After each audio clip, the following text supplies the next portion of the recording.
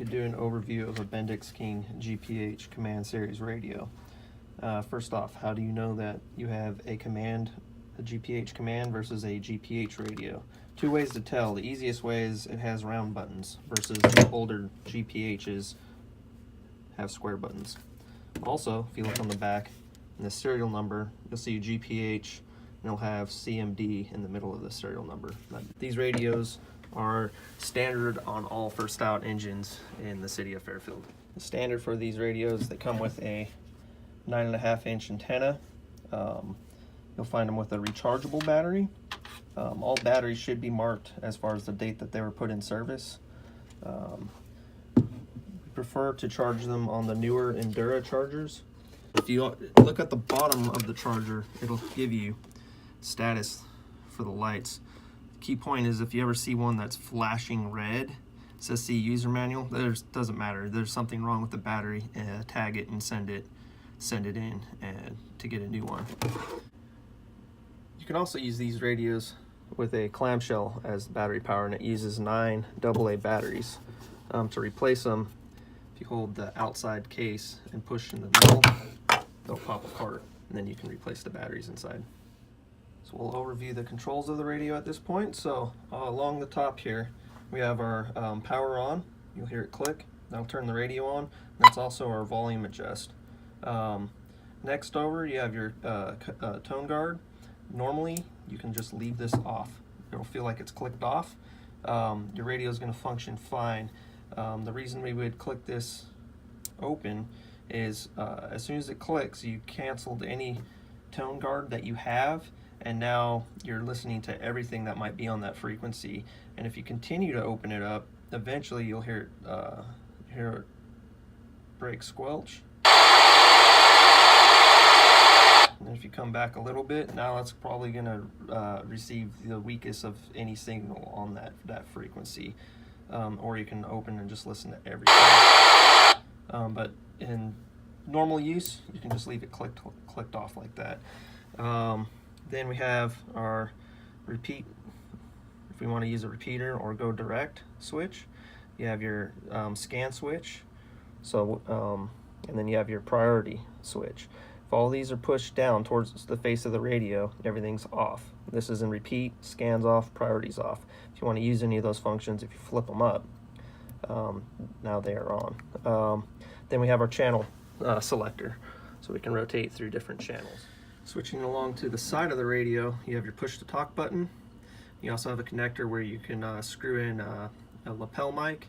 That's also where programming cables will be plugged into. Looking at the display of the radio and the keypad, we have some features here. So one is the first you'll see function. If you press and hold that, that'll lock out your keypad. So now no matter what you do, you can't accidentally hit any buttons. To unlock it, you press and hold function again, and it'll unlock it. The PRI button assigns priority to something. An important point is priority is always assigned to something. You can't make it go away. So you should select something that you feel is important to use. So if I press the PRI button, I've now assigned priority to Solano County Fire. So if at any point in the radio, let's say I'm on another channel like a V-Fire channel, and if I flip that priority switch, it's going to force the radio to whatever I selected as priority, which in this case happens to be Solano Fire.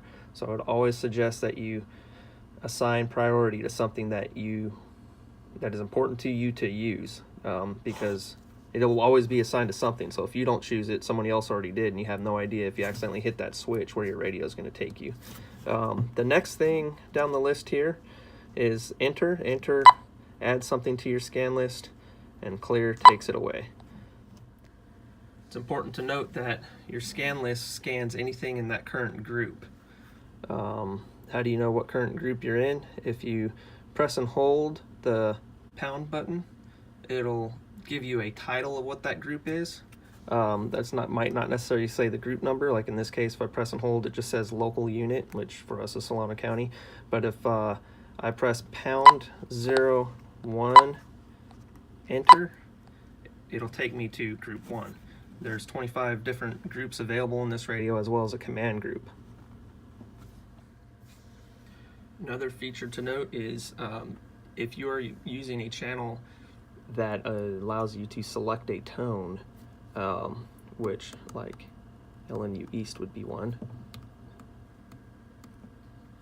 You see this one's already selected and it says tone 4. You can change the tones by pressing the number of the tone that you need. So if we needed tone 3 instead, if I press 3, it'll switch it to 3. If I need no tone, I just want it open, if I press 0, it clears it. Now we're going to talk about setting up a command group. So before we set up a command group, we need to go check to see if there's anything currently in the command group. And to switch to your command group, if you hit pound enter, it takes you into your command group. So this one currently does have stuff set into the command group. If you were starting from scratch, asterisk deletes, and we'll delete one channel at a time, or if you press and hold it, it'll say delete all, keep holding it, and now my command group's empty. And now it's going to beep and tell you your command group's empty. So now the idea of a command group, I'm going to switch out of this back to group 1. So the idea of a command group is I can take channels out of any group in the radio, 1 through 25, and put them all in one place. And I can put them on a Bendix King. I can put them in the order that I want them to be in. So if I said the first channel in my command group I want to be VFire 22, asterisk adds things to my command group. Unless I'm in the command group, then it deletes them. So I'm going to hit asterisk, it's going to say command channel 1 now. And if I switch to, say, group 2, let's say I needed CDF BDU supervisor. If I add that, that's now my second channel in the command group.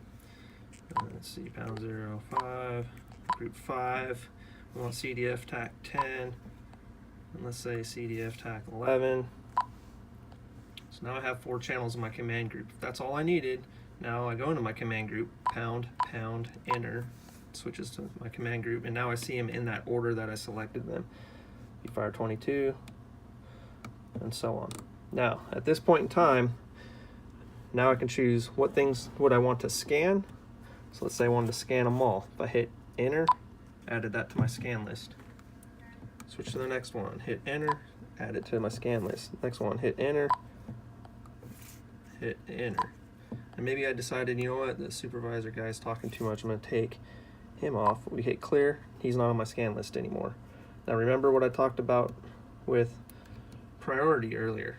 Let's say this is all the stuff I'm interested in for this particular incident I'm on, but nothing's assigned to priority. There's always something assigned to priority. And as we did previously, we assigned it to Solano County. So if I hit that switch, it takes me to Solano Fire. So in this case, let's say VFire 22 is the one I'm the most interested in. Hit priority. Now I see the PR in the corner light up, so I know I've assigned a priority to something. So now to scan, flip the scan switch up, you'll see scan blink. That means it's currently scanning anything in that group that we've added to our scan list. In this case, VFire 22, CDF TAC 10, and 11. Now if I switched over to, say, TAC 10, right? I was working on TAC 10, and I needed to quickly get to VFire 22 for some reason. My radio's inside my pocket. If I hit the priority switch, working on TAC 10, if I hit the priority switch up here, it forces the radio to VFire 22.